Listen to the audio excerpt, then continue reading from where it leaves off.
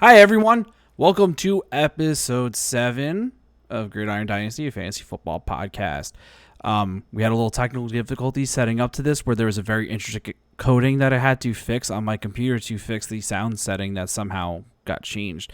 It was a very difficult process for me to do, so Pat very patiently and without changing his whiteboard of our counter of days since Tim had to push a button did not alter at all, right, Pat? You had to hit a button. I had hit 3 buttons. As always.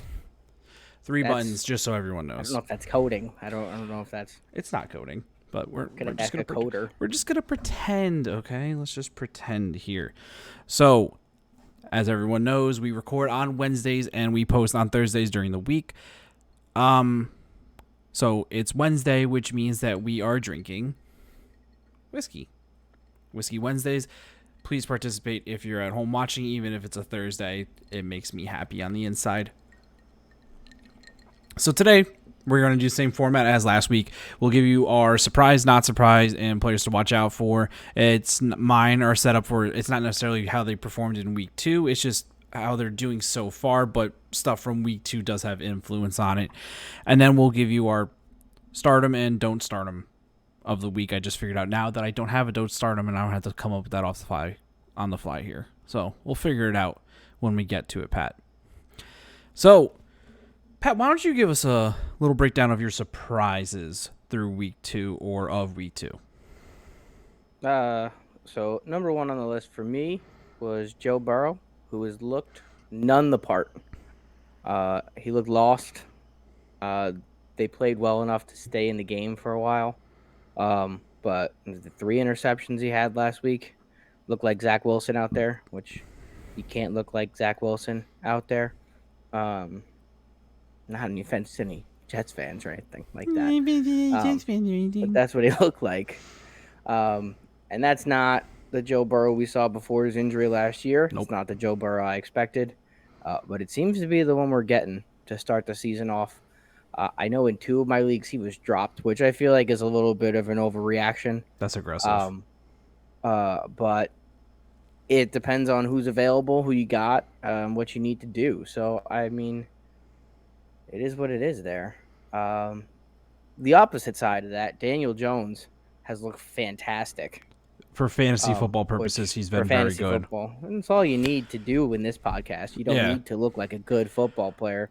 You can fumble 4 times as long as you throw 12 touchdowns. Absolutely. And Daniel Jones just might do that in the very next game. So be prepared. Anything could happen. Right.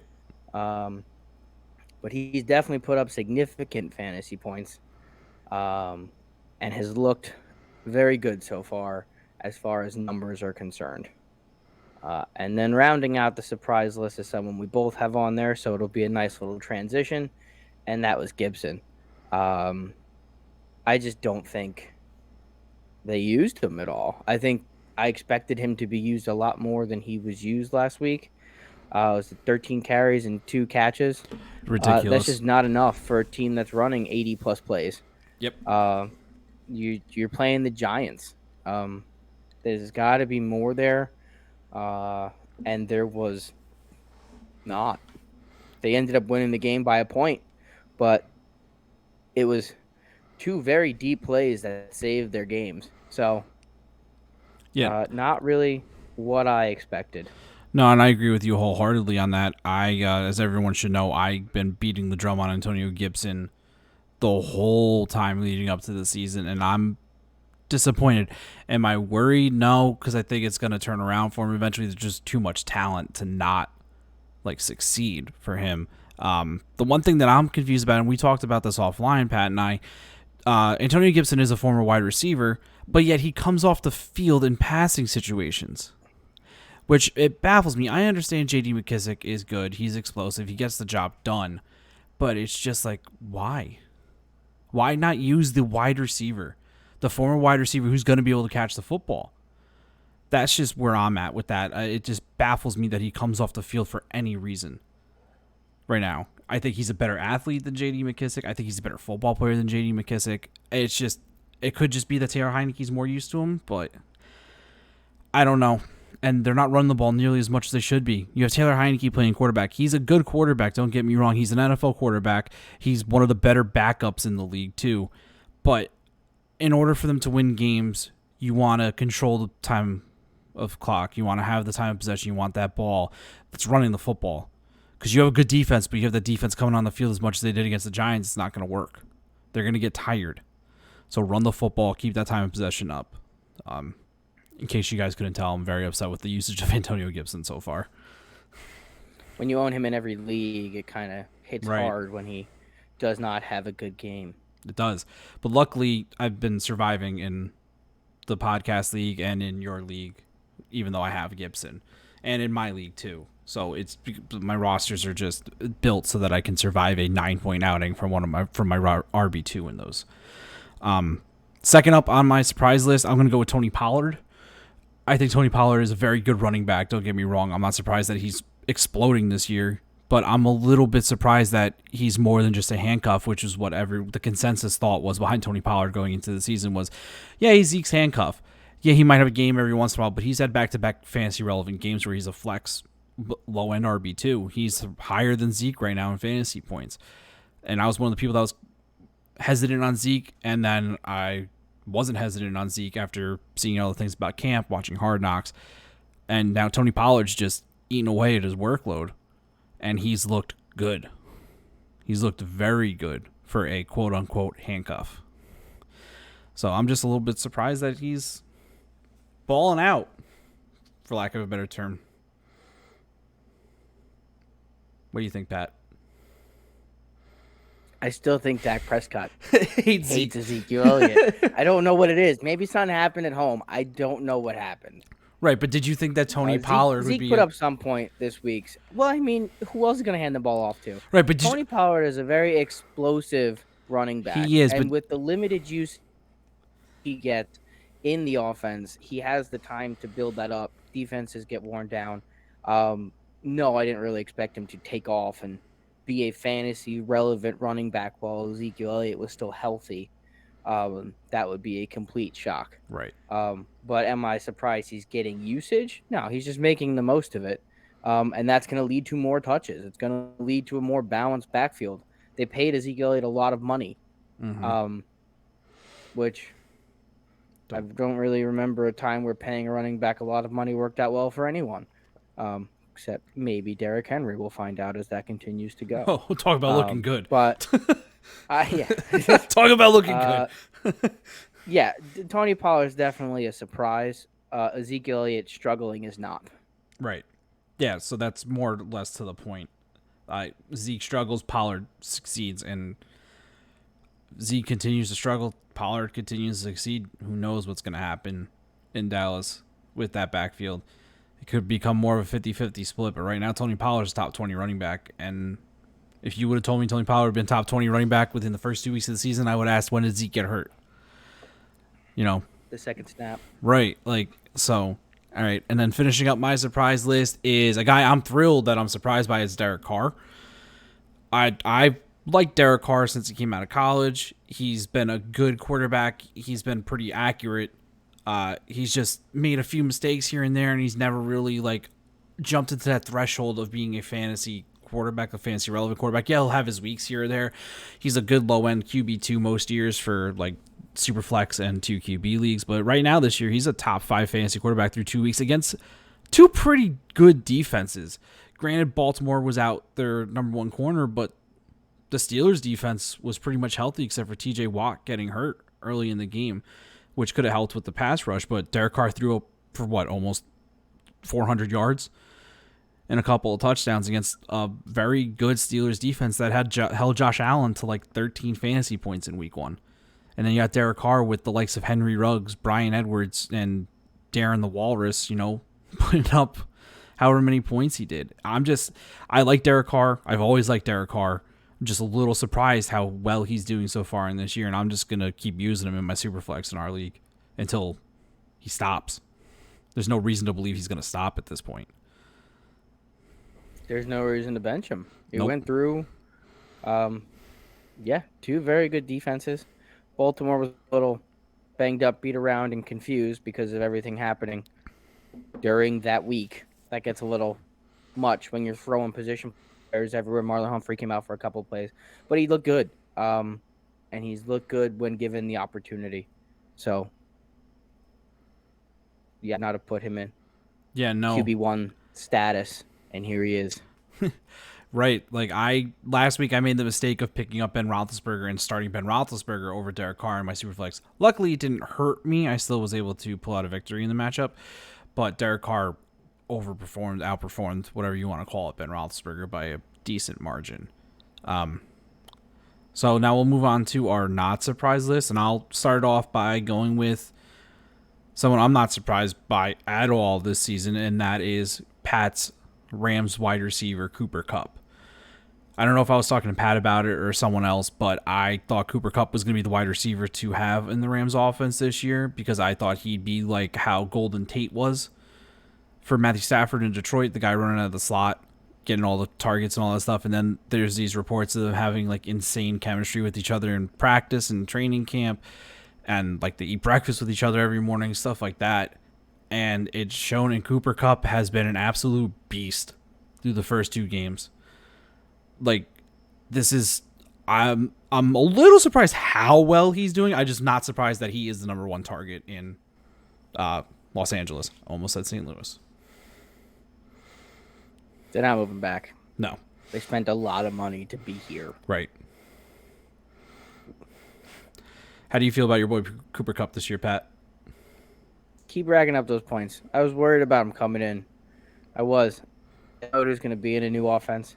Have my fair shares of Cooper Kupp. I think that entire offense looks way better under Matthew Stafford. Oh, yeah. Obviously, he has the normality of throwing to the slot. He expanded it out. He had 9 targets to Robert Woods last week. I'm sure the 2 of them, as they do most years, are going to enjoy fantasy relevance and fantasy success. Shocked that Cooper Kupp is wide receiver number 1 overall, maybe. Shocked that Cooper Kupp is in the wide receiver 1 conversation. No, not really. Yeah, I'm ecstatic that I have him in 2 leagues, and I'm trying to acquire him in another one right now, and I'm offering the farm for him kind of right now to get it. Also, before we move on, Pat and I, as per tradition, made another fantasy trade the other day where in one league where Pat's team is absolute, would you want to say doo-doo? Garbage would be the word for it. Garbage, doo-doo, one of those 2 phrases for it. They're all broken. Right, so when you're in a dynasty league, which that one is, they're all broken. So when you're in a dynasty league and you have a team that only consists of, what would you say, you have 2 good players on that team, like 2 excellent players that you can get a return for? That I would be willing to trade, yes. Yeah, so I had Cooper Kupp and I have other wide receivers, but I wanted another top tier wide receiver. Pat had Justin Jefferson. So I went out and offered him Deontay Johnson, Kenneth Gainwell, and Michael Thomas, who I acquired last year, I think from you. No, from someone else in that league. And I have never been able to use Michael Thomas because he's been hurt the entire time he's been on my team. So my team went to the championship last year, and I'm 2-0 in that league this year, so I haven't needed Michael Thomas. So that's added in there to sweeten the pot for Pat and my first-round pick next year, and I got back from Pat Justin Jefferson, Terrace Marshall, and Pat's third-round pick. So it was very nice of you to say that that's what you offered. Very kind of you. Okay, we're not going to go through the whole negotiating process. Feel better about we're not going to go through the whole negotiating process, but that's what the trade ended up being. And that's what went through, and so now I have an upper echelon wide receiver who's young, and Pat now has pieces moving forward to help him move forward. A young running back with promise, who's 1 injury away from being a significant running back, a first-round pick. That's probably going to be a late first-round pick, but still a first-round pick nonetheless. A young wide receiver who has a rapport with the quarterback that's there, and then Michael Thomas. So Michael Thomas is the wild card, in my opinion, in that trade. But he can hang out on my IR with exactly Jerry Jeudy and J.K. Dobbins and everyone else on my team that gets hurt by the end of the year. It's fine. Don't worry about it. It's normal. Right, and I know totally normal. I know it's only week 2, so some of you are like, well, Pat's team could turn around. This is not a team that could have turned it around. Pat's going to finish it's either going to finish 11th or 12th in this league. Bring me the draft pick. So Yeah, so that's started to break away from what we were talking about. Just figured we should dive into that because it is something that people should look for in dynasty leagues. If a team is struggling, they have a bad team, and they have like one good player, offer them a buttload of stuff for it and see if you can get that player. All right, number 2. If you know you're not gonna do it, make the most out of what you got. Right, like Pat said to our commissioner who was asking us about the trade. Pat says, "I don't have a team. Better let Tim give me one." So that's pretty much what happened in that.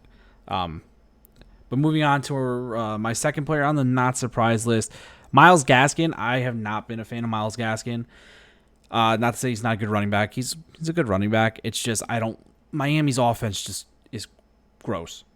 It's hard to predict for me right now, especially now with Tua being out and you got Jacoby Brissett playing quarterback. They're probably going to lean on the run more, which means they're going to stack the box and force Jacoby to throw the football. So I'm just not surprised that Myles Gaskin is not the RB2 that everyone thought he was going to be coming into this year.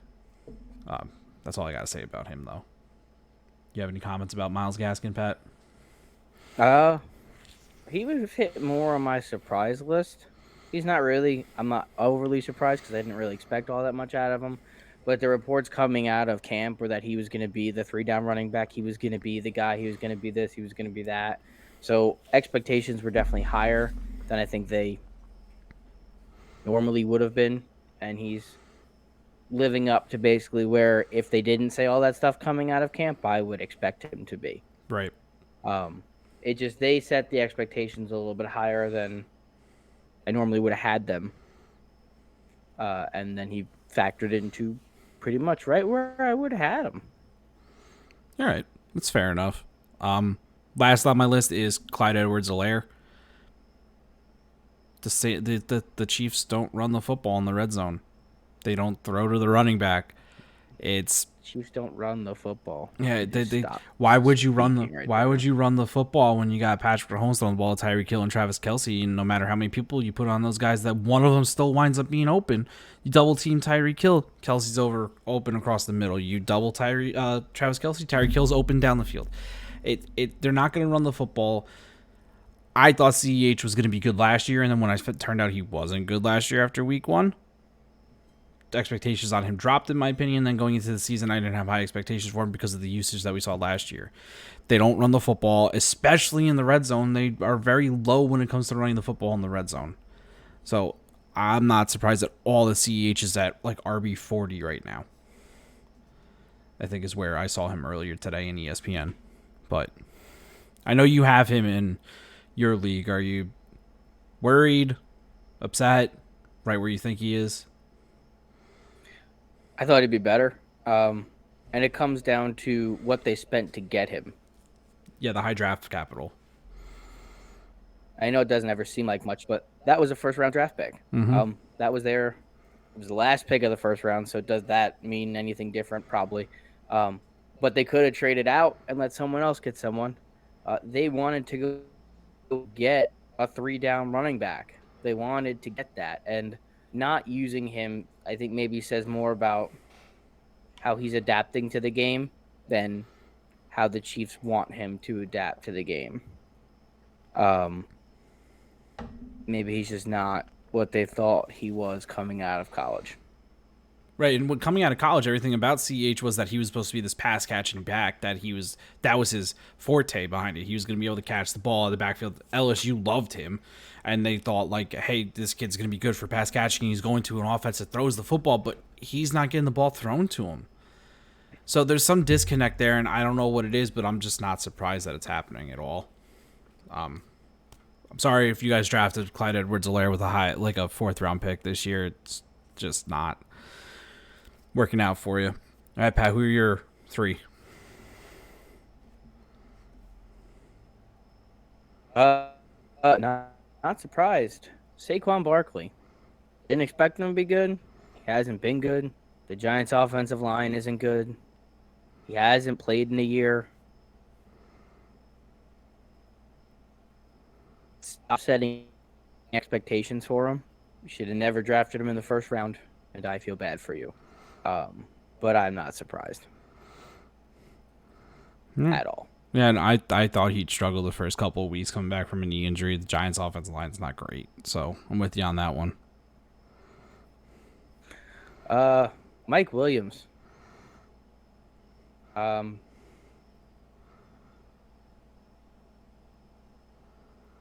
I don't So if Pat, you're hearing me, know if I thought he's always been there. yeah, Pat, can you just 1 second? I apologize to everyone at home. We seem to be having some technical difficulties with Pat right now. You keep going in and out and freezing. So if you're watching and that's what's happening, Sweet. you're seeing it's because something on Pat's end is a little choppy right now, but we'll try to get through these segments for you quickly so that we can get them out there. So Pat, all I got was Mike Williams.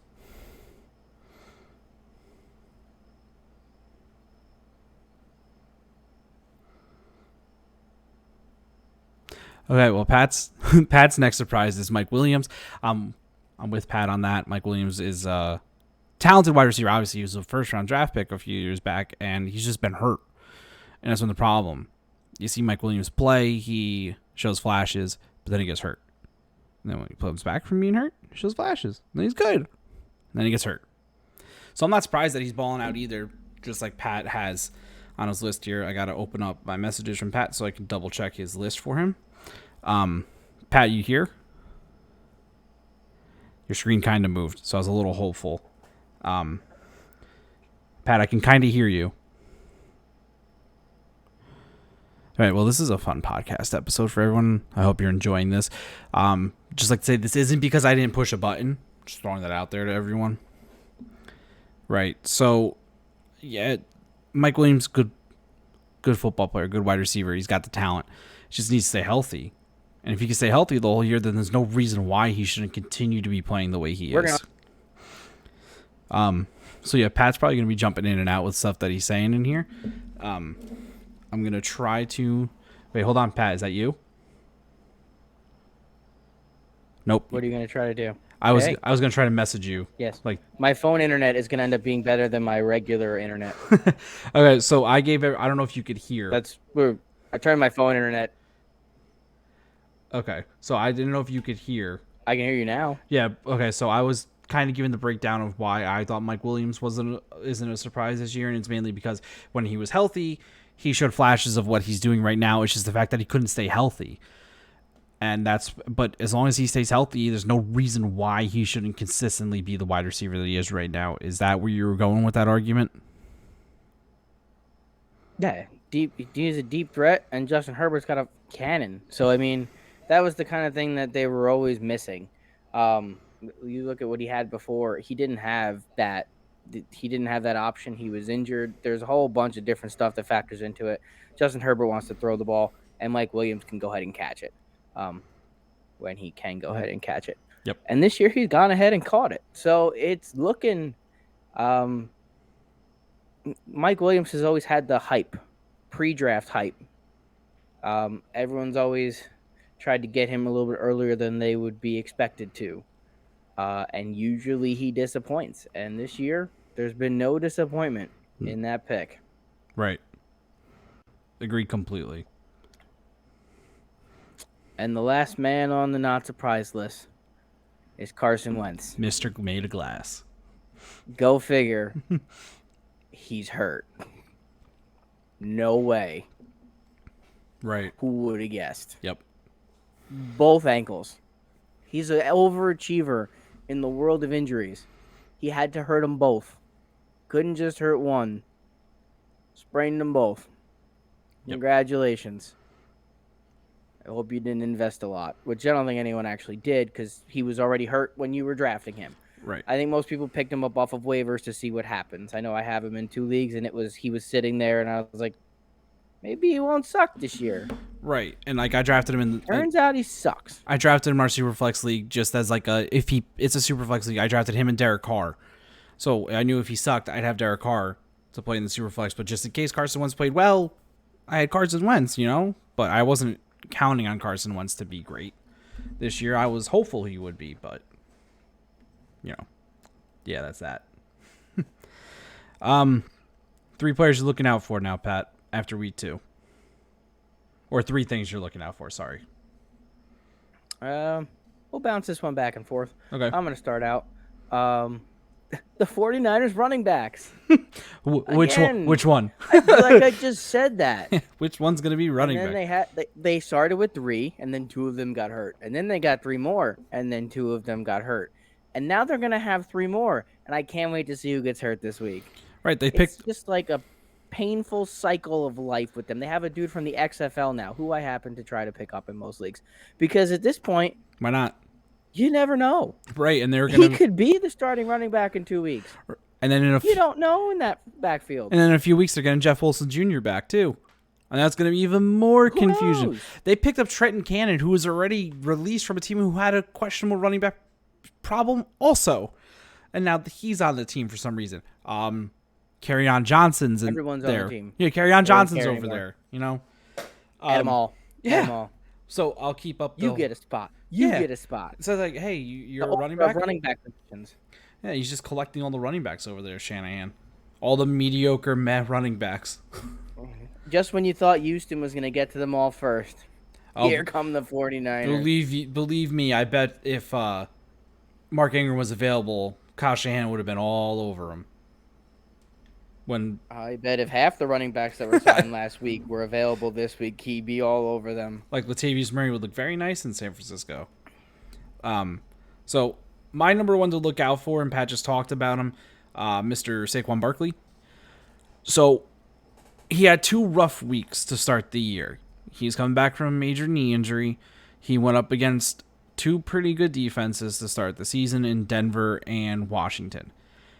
He gets a little bit of a break this week going up against the, I'm going to do this in air quotes, defense of the Atlanta Falcons.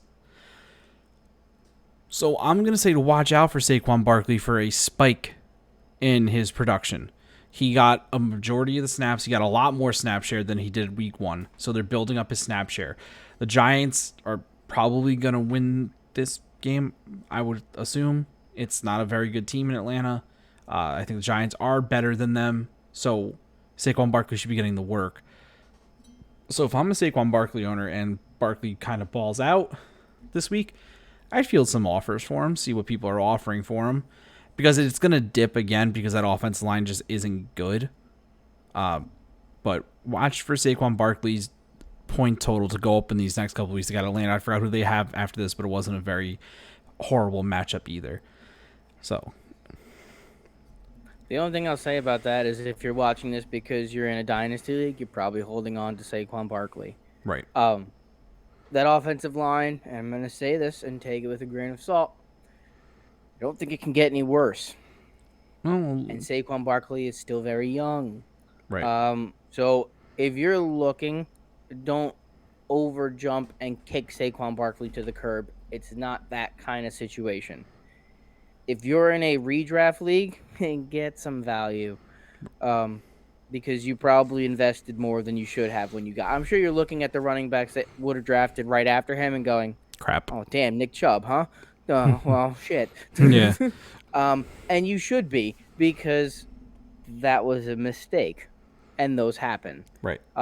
So maybe try to get some value built into Saquon in a redraft league. In a dynasty league, you better be getting back first-round picks. Yeah, you better be getting a farm, like a nice exchange for him. You better be getting something. Right. I don't think in a dynasty league you're in a position to move him. A, he doesn't have real value right now, and B, the value that he possesses in a dynasty league is way higher than anything you're going to get offered right now. So that was... And that also goes back to my trade with you, with Michael Thomas. Yes, I like him, but right now he's been sitting out for a year and a half. He's not going to be back. You don't know what that value is when he gets back. Which is why it was easy for me to move on. The value on a trade calculator that he brings to the table maybe isn't necessarily the value he brings to the table. Maybe it's higher, maybe it's lower. We don't really know. You don't know what he's going to be. You don't know what Jameis Winston's going to do with him when he gets back. You don't know what's going to happen. So same type of situation. You just don't know. Right. There's a lot of questions. Yeah, I almost put Jameis Winston on my not surprise list for this week. Because we talked about last week. Too mean. Yeah, we talked about last week how you weren't surprised about him playing really well, and I kind of wanted to bounce back with I wasn't surprised Jameis Winston played really bad because this is Jameis Winston. we're talking about here. The guy that threw for 30 touchdowns and 30 interceptions in a season where he threw for over 4,000 yards. You get the good and the really bad from Jameis Winston, so you don't know what Michael Thomas's value is going to be. So, Pat, real quick, I'm going to name a couple players. You tell me if you're in a dynasty league, if you trade Saquon Barkley for them just straight up. All right? Someone comes to you and offers you Justin Jefferson for Saquon Barkley straight up in a dynasty league. Yes. Okay. Calvin Ridley.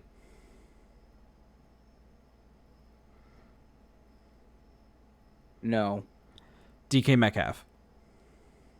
Yes. And one more, and I'll make this one a little bit more difficult, I guess. I guess because he is getting older, but he's playing really well to start the season, DeAndre Hopkins.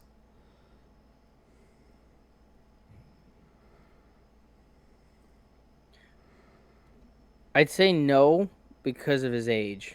Right. Hopkins is what, 29, 28, 29? Hopkins is a little too old for me on that list. I think you could throw in a mid-range pick and close the deal. Right. But I think Hopkins is a number one target on an offense that's going to throw 8,700 times a day. So, yeah, there's definitely something there. Right. I got Metcalf's young. Yep. Metcalf's young. Beast. Justin Jefferson's young. Calvin Ridley, I'm a little surprised you said no on. I think it's because you don't know what the future holds with Matt Ryan leaving, probably, is what my assumption would be. You have injuries. Mm-hmm. You don't know if Matt Ryan is leaving. You don't know what anything on that offense is right now. They have not looked good. And even when they were losing last year, they looked good. Yep. Fantasy-wise. Julio, Calvin. Matt Ryan was putting up 30 points a game. Julio Jones was putting up 20-point games. Calvin's putting up 35-point games. Russell Gage was being relevant. Mike Davis went on a team last year. Who's there? Todd Gurley was doing at the beginning of the year into the end zone by mistake. Okay, at the beginning of the year. I mean, that was yeah. So that team could do no wrong fantasy wise. They couldn't win properly. I mean, they won by mistake that one time. Todd Gurley fell into the end zone, but they couldn't win on purpose. Right. Which was kind of weird because they could win by mistake. But they cannot score fantasy points right now. And you never know what you're going to get out of Calvin.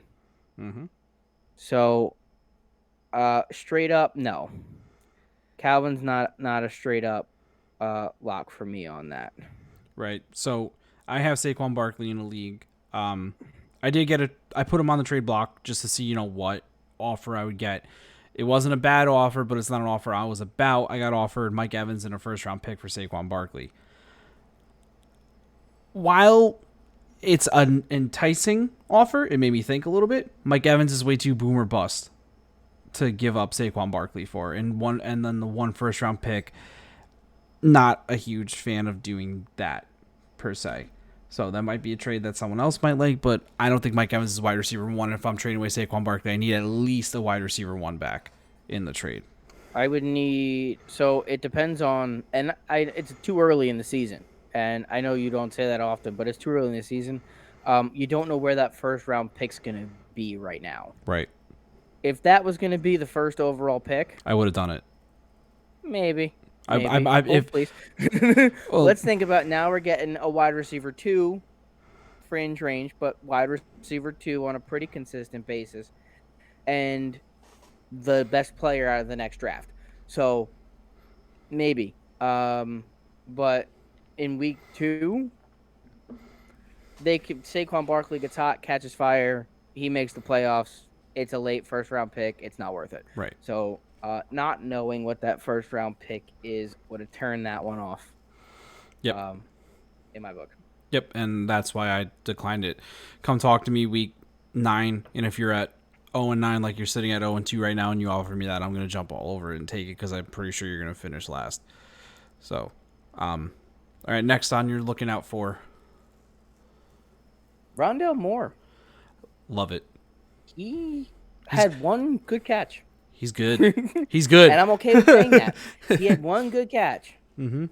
But in that offense, sometimes that's all you need. Is it going to be consistent? Probably not. We don't know. This week it was Rondo Moore. Last week it was Christian Kirk. Who's it going to be next week? I don't know. We'll find out. But I keep my eye on the young rookie that they got over the dude that's been there for 3 years, 4 years at this point.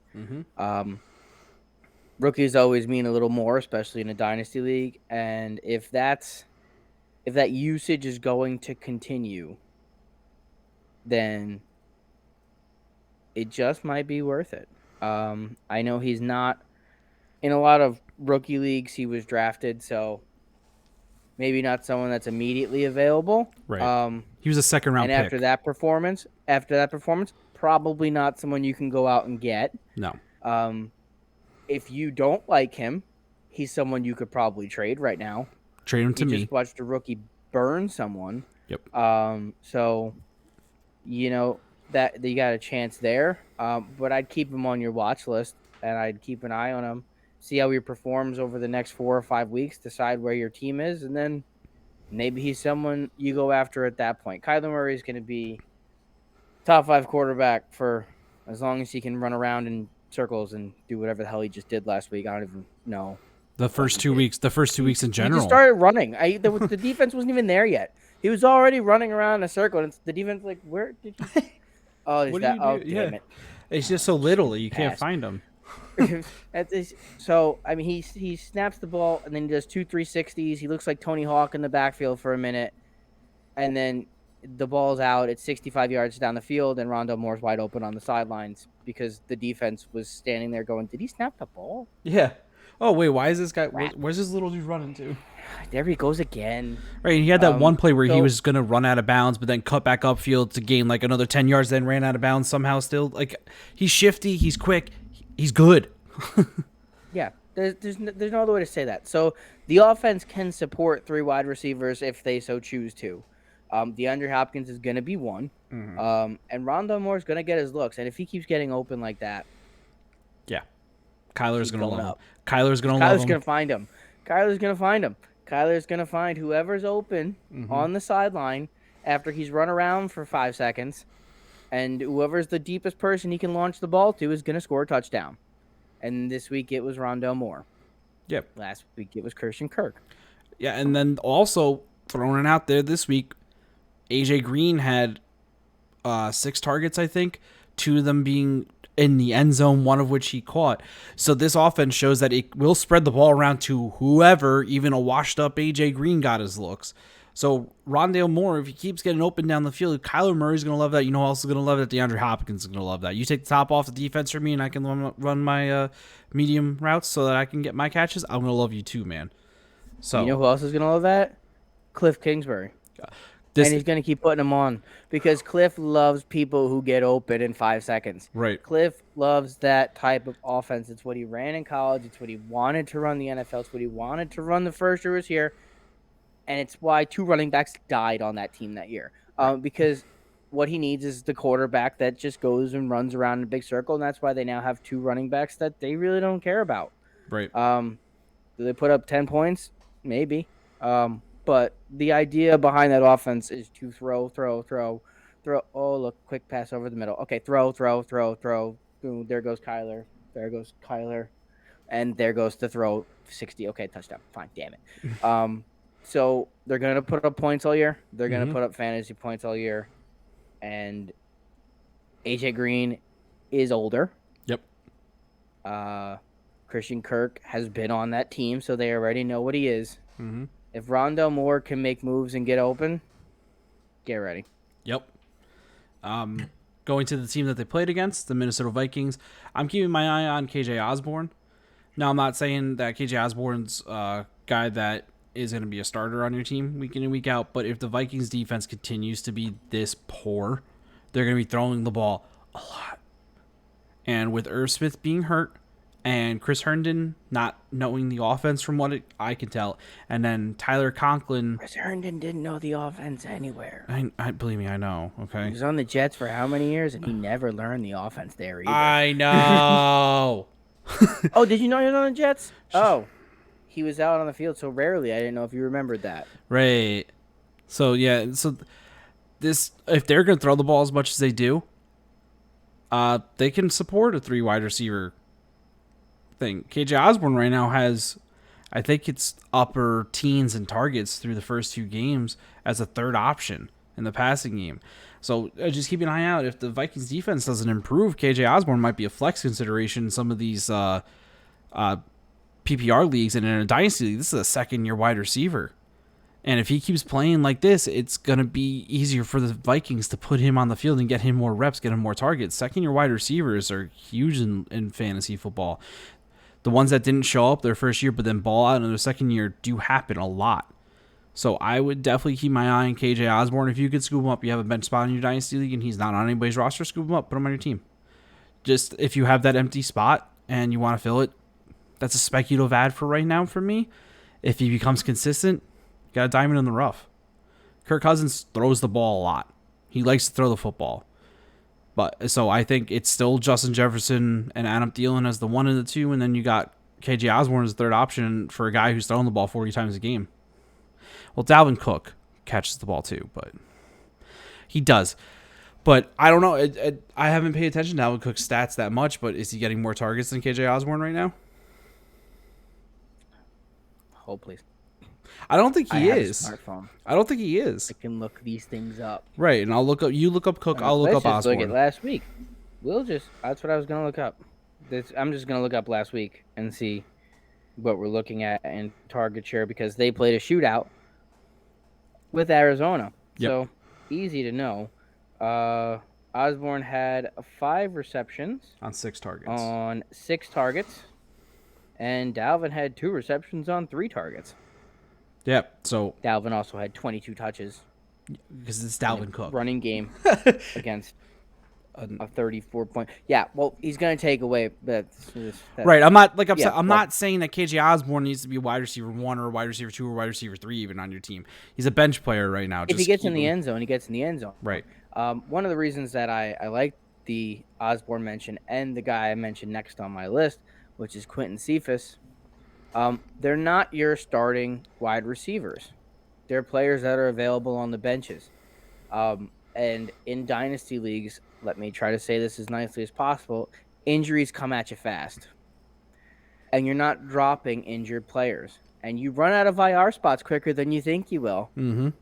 You have 3 of them, and all of a sudden, you have Michael Thomas, you have Jerry Jeudy, you have J.K. Dobbins, and all of your injury spots are filled. And it's like, well, great, fantastic, awesome. Well, who's going to get hurt next? And then half your team is questionable this week, and it's fantastic. I changed my name in your league to questionable because I got 7 notifications today that my players were questionable. I just thought that was hilarious. I was like, good, my whole damn lineup. It's fine, no problem. Limited practice. Them anyway. Limited practice, We're questionable. 2-0. We'll play the backups this week. It's fine. Yeah. Who needs any of this stuff? We have rest. Players like that are great if you need an injury replacement because they're available. And then coming up in a couple of short weeks here, you're going to have bye weeks. Mm-hmm, mm-hmm. And when you have bye weeks, people are going to reach out and they're going to grab these guys. So if you can get there a week or 2 before they can, if you can hold on to one of these guys because you have an available spot and they can blossom into something more even without needing the bye week. But even so, the bye week's coming. And you're going to have times where you have 2 to 3 people on a bye week in the same week. Why? Because when you drafted your team the first year, they all had different bye weeks. And now here in year 3, they all have the same bye week. And it's fantastic. How did that happen? Great. Just cancel week 9, please. It's not important. You can't do that. And you're not going to drop players because it's a dynasty league. So you're going to get hit by that. Be prepared for it. And the way to be prepared is to find players, KJ Osborne, Quentin Cephas, who get their targets, who score touchdowns, but who aren't used all that often. Because at some point you're going to need a dart throw on your flex spot to fill a spot that otherwise would remain empty. Yeah, no. Agree completely. That's why I had KJ Osborne on my list. Throw him on your bench. Quentin Cephas, throw him on your bench. They don't work out. Cool, you drop them. No harm, no foul, right? Next guy. Yeah, exactly. They're on our lookout list. They're not on our go grab them and start them list. Exactly. We'll get to those later. So the last thing I have on my looking out for is the Buccaneers wide receivers.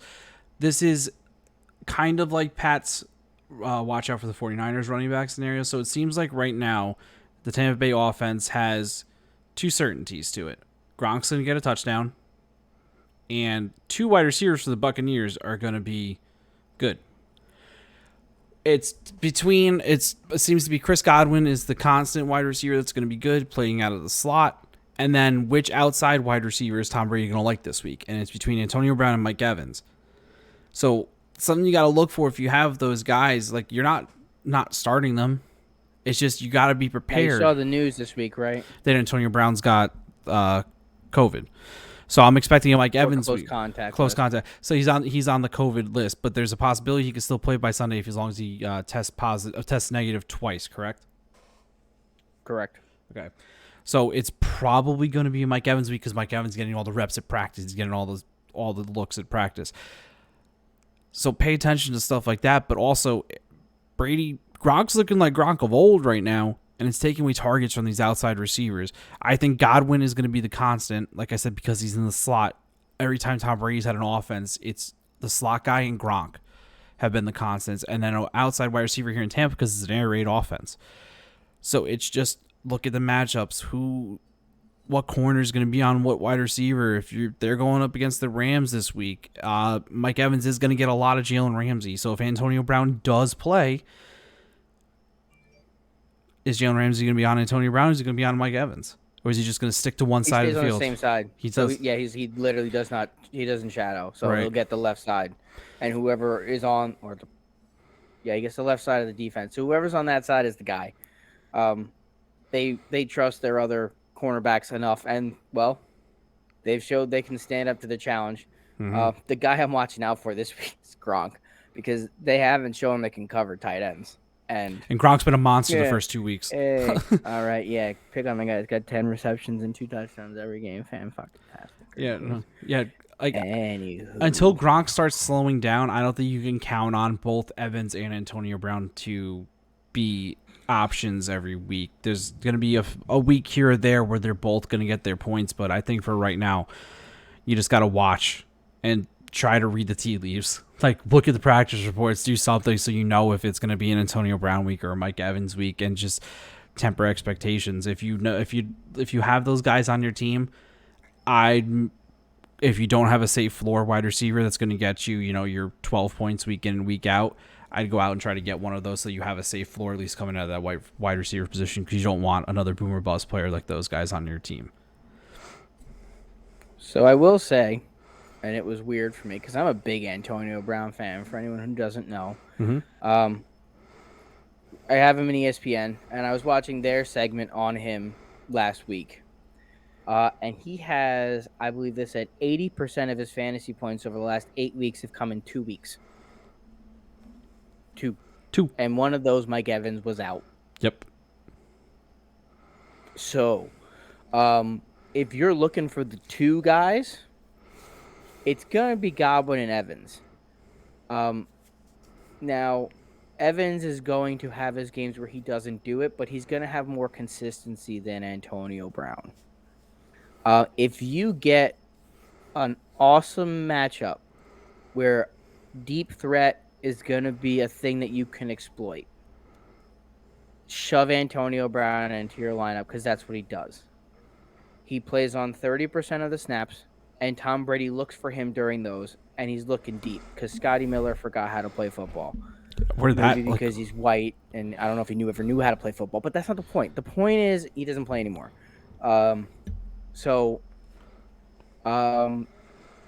As one of the biggest Antonio Brown fans, the only time I'm looking for him is when the deep threat option rears its face. And like I said, this week, the only person on that team I'm looking out for is Gronk. Is Godwin going to get his targets? Yes. The Rams have shown that you can get targets. So if you're in a PPR league, maybe it becomes a viable option. Don't expect a lot of yards. No, he's probably going to have like 7 for DeAndre Hopkins. They've shut down Allen Robinson. They've shut down every wide receiver they've been put up against. and they've done it well.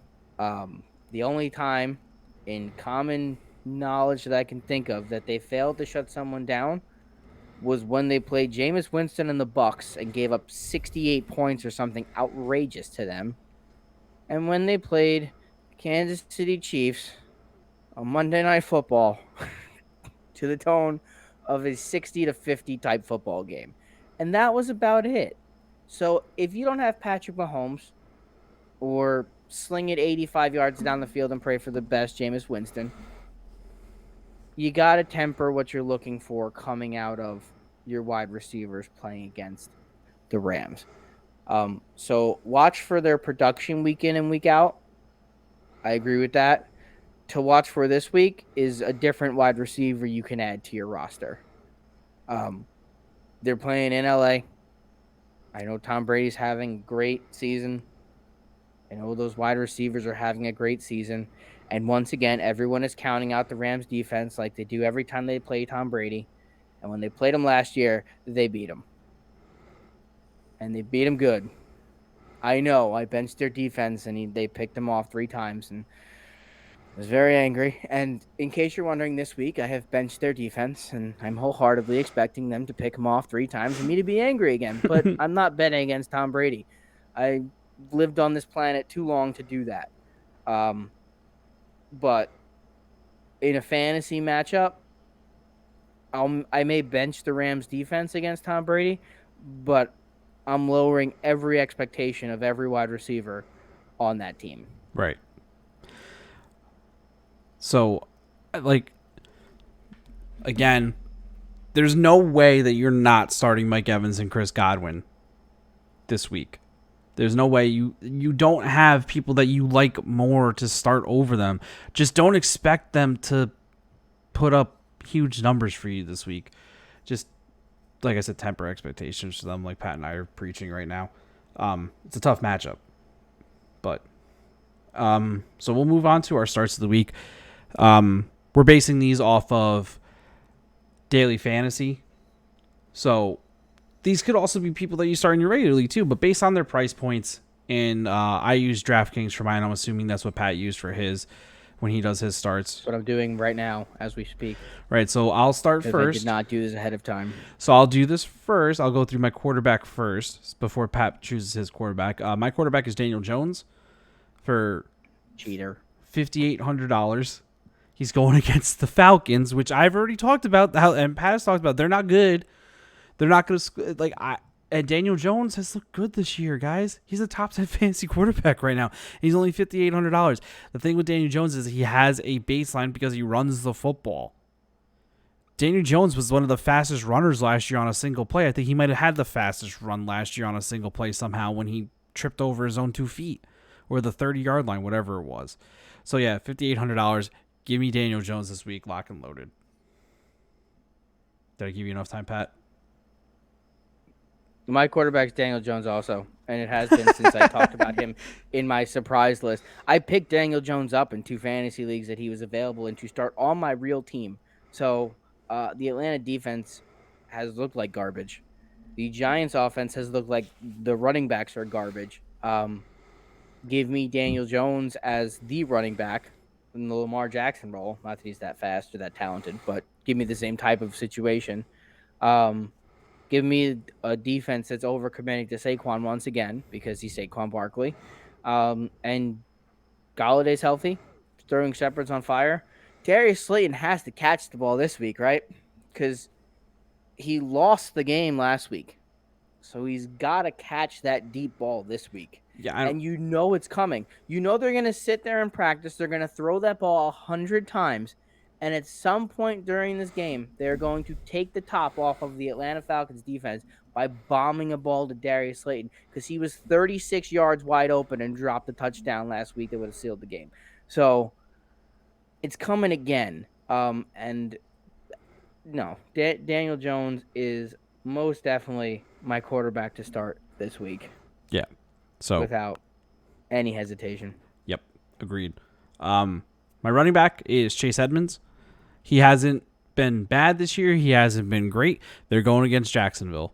And his price point is $5,700. So If you do Daniel Jones and you do Chase Edmonds, you're below the average cost of your whole team.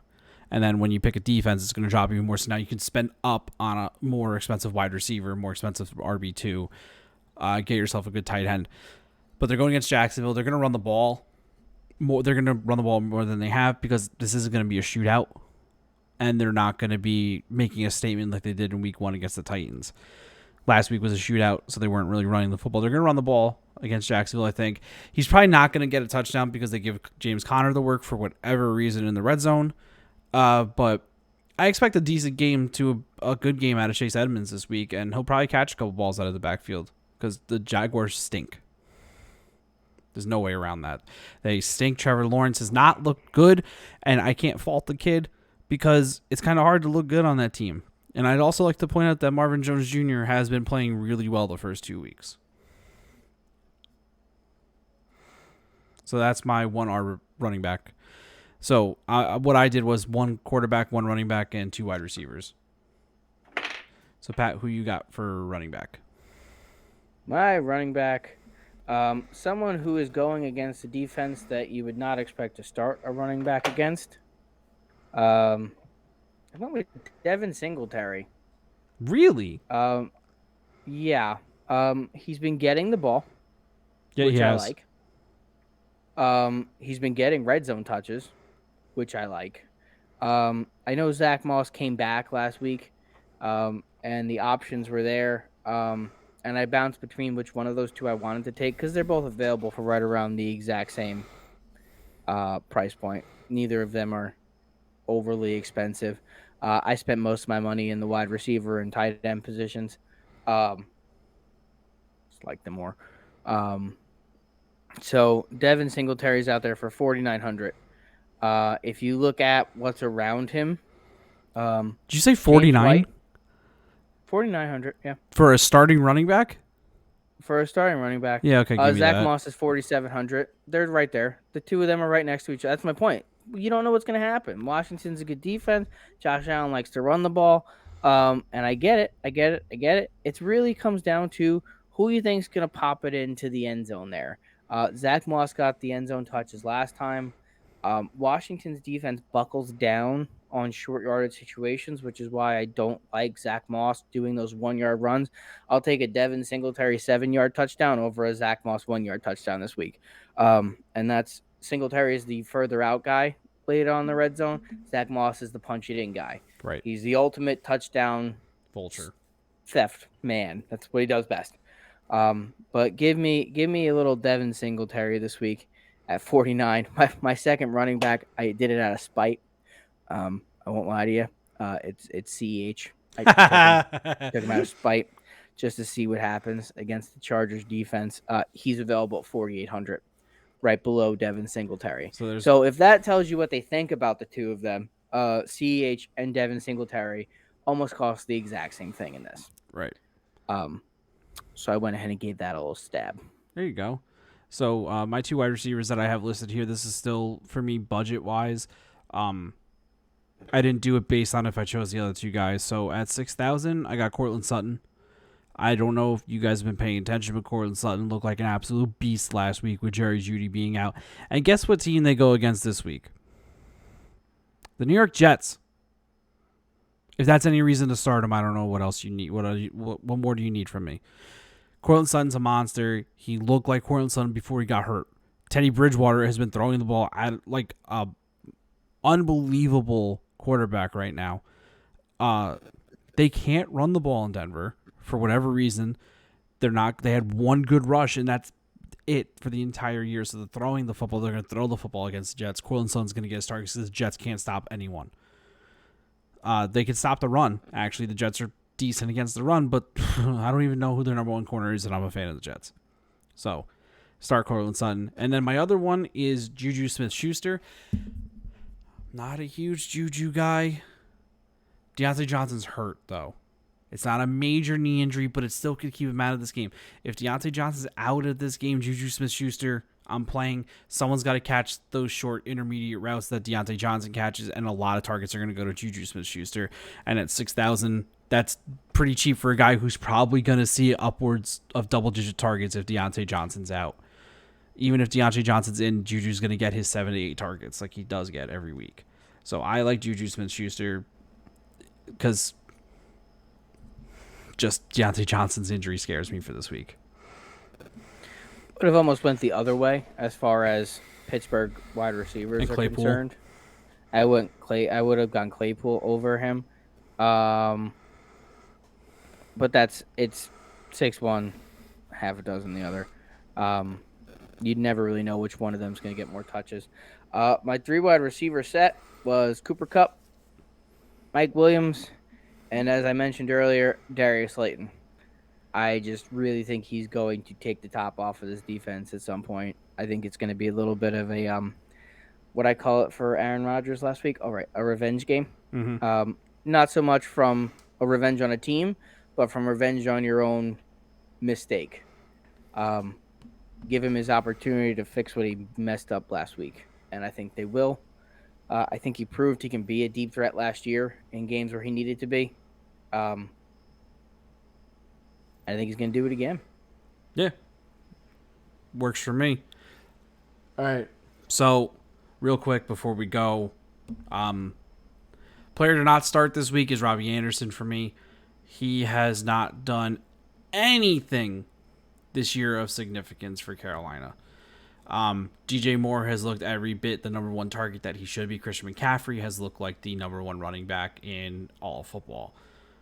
Robbie Anderson is a side thought right now for that team, and it hurts me to say I like Robbie Anderson. I like the connection him and Sam Darnold had, but don't start Robbie. I have a weird don't start this week. Okay. David Montgomery. Justin Fields comes in. Right. He's going to be running the ball himself. Right. They're going to be teeing off on him. I don't think they're going to think he's going to bomb the ball down the field. I expect to see the box loaded. And I don't expect David Montgomery to do anything of value this week. It's a big downgrade. It's someone you're probably not putting on your bench. But if there's any other option out there, I think I'm taking him.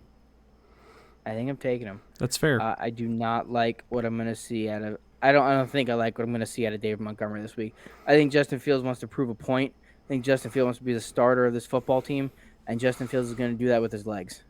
And the same reason you hate Miles Sanders all the time is the same exact reason I'm going to hate David Montgomery this week. It's just not going to be that type of game, I don't think. I think they're going to go down big. I think they're outmatched this week. Cleveland they got beat by the Chiefs. Yeah. Deal with it. I think they're coming out swinging, and they're going to go make a statement, especially with Justin Fields in the backfield. So I expect them to come out swinging, and I don't expect this game strategy to fill into David Montgomery at all, and I don't expect the type of usage that he's going to be projected in the 15s to 16s. If I had to guess, I didn't even look it up. I believe so. And I don't think he's going to get anywhere close to that. Give me a 6 or a 7 unless he happens to punch one in the end zone, and then he'll scrape by with a 12, 13, which isn't bad. It's not terrible.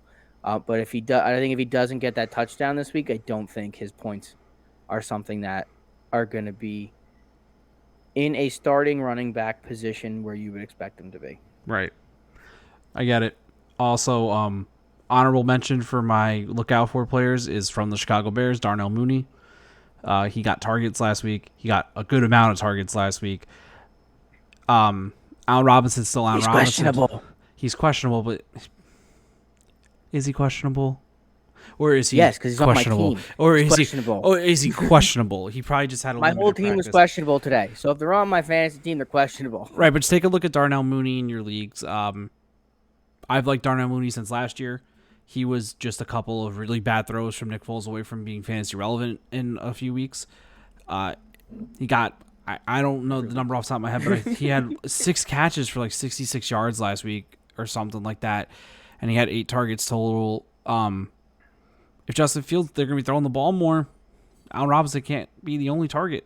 And it's going to be Darnell Mooney, who's got a lot of speed. And Justin Fields is going to want to rip it down the field. Right, and that's Darnell Mooney. He's going to want to do that. You watch him in Ohio State. That's his thing. He loves doing that. So I love Darnell Mooney this week.